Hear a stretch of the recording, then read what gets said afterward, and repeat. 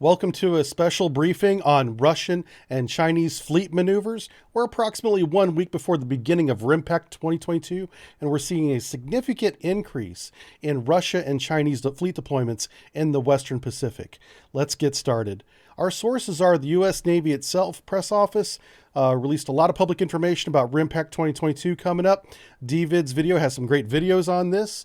Google Maps I use to give perspective as to what we're talking about, because the Pacific is a huge place.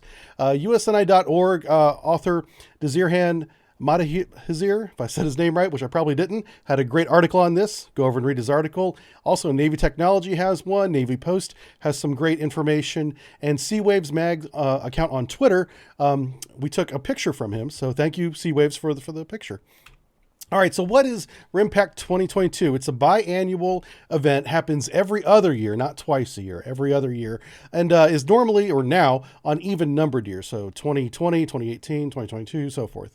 This year, we have 26 nations participating, which is a lot. 38 total surface ships, an unspecified number of submarines, 170 aircraft, and 9 land commands. There's all sorts of marine activity, as there always is in these. So this is an air, sea, land warfare, basically war in the Pacific exercise, not a simulation, not on a computer. This is real ships with real planes and real people with equipment actually simulating fighting a war, storming beaches. Yeah, it's awesome. It's a great demonstration of our capability. And this is a combined fleet operation with partner nations. That's how we got to 26 other nations. And we're going to practice everything from amphibious warfare to anti-submarine warfare, counter. I wish I could be there with them. It's so much fun doing exercises like this. But the topic of today's talk is what in the world is China and Russia up to, because they have a lot of ships at sea right now. Let's begin with the Chinese fleet, the PLAN. That's People's Liberation Army Navy ships. 2 Type 055 destroyers have been spotted on June 12th going through the Tsushima Straits heading north. And JSMDF, that's the Japanese Self-Defense Maritime Force, has been keeping an eye on everything we're talking about today. But our story begins on June 12th, and for the past week, they've been operating, going on a northern trajectory through the Sea of Japan. What is interesting here is while this is a regular deployment for the PLA and Navy, they go through the strait all the time. This time they do have a supply ship with them, which means they could stay at sea for an extended period of time. They have the ability to go out well into the northern Pacific and conduct operations there, because there's just 2 destroyers that are extremely capable, by the way.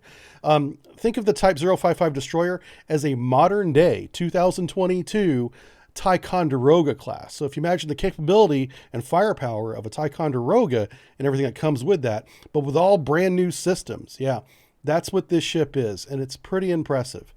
They've got 8 of them. They or they're getting ready to commission the 8th one right now. That hasn't officially happened yet, but it's bound to happen soon.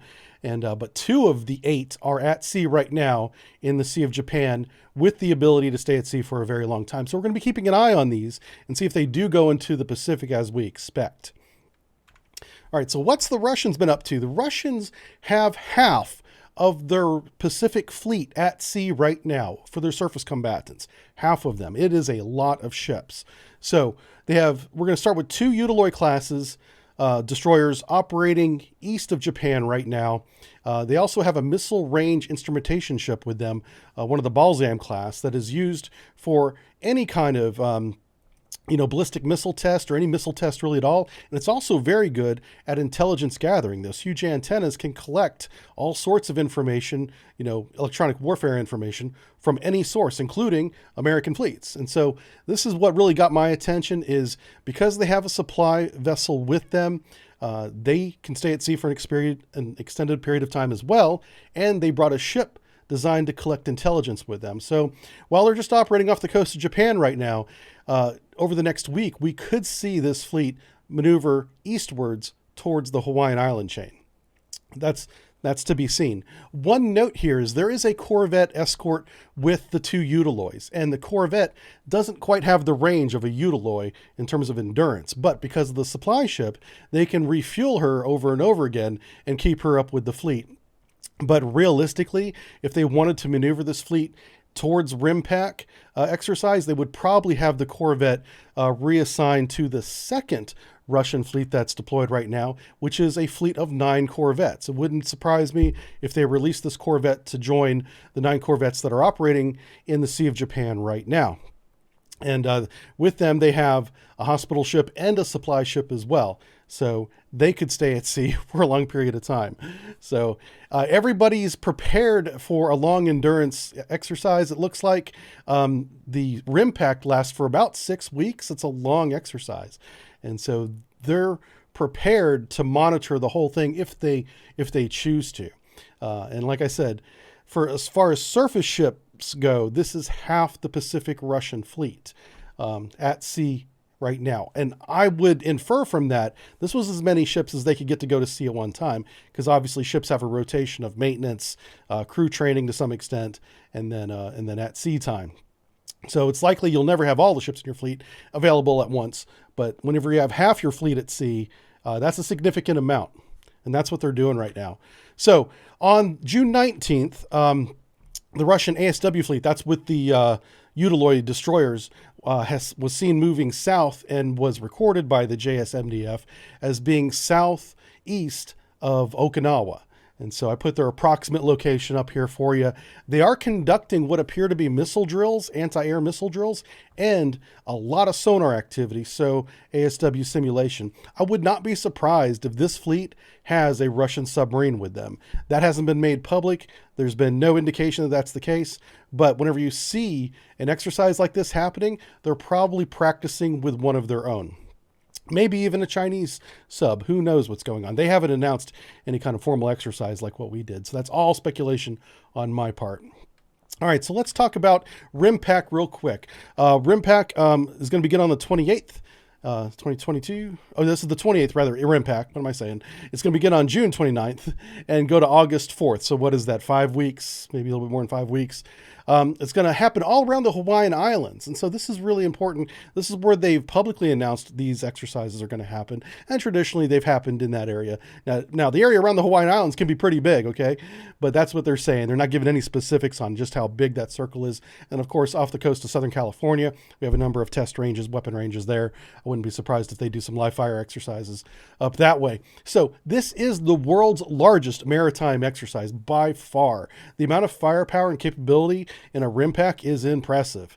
And I really look forward to giving you guys lots of updates here on this channel over the next 5 or so weeks. And the goal here is to promote increased operability between nations. Because we're working with our allies in the Indo-Pacific region, we want to make sure that we can communicate and operate with each other in a real warlike environment. And if there are problems, they should come up during these exercises, and then we can fix them before we need them, say, in a real conflict. That's kind of really the goal of this. And then kind of the political speak goal is to promote a free and open Indo-Pacific. I honestly believe that that is the goal of the United States, but I understand that there will be certainly a lot of people out there that do not agree with that at all. But I think our intentions are noble, and that's what they're saying these. So let's just take a look at the big picture. This is how things look 1 week before the exercise begins. So the Russian and Chinese navies are, half an ocean away from where the exercises are going to happen. And they may stay over there. This could just be a show of force of, hey, we can go to sea too. Maybe they're just showing off. But their at-sea assets are nothing like the ships we have participating in RIMPAC. And it's going to be an exciting event for everyone involved. And I look forward to sharing as much public information as they share with us here. And we'll bring that to you over the next month or so. All right. So yeah, kind of a short video today. This is what's going on. This is what the Russians and the Chinese are doing. This is what we plan to do. And it should be a lot of fun to watch. All right. Thank you for watching. I'll see you next time. Take care.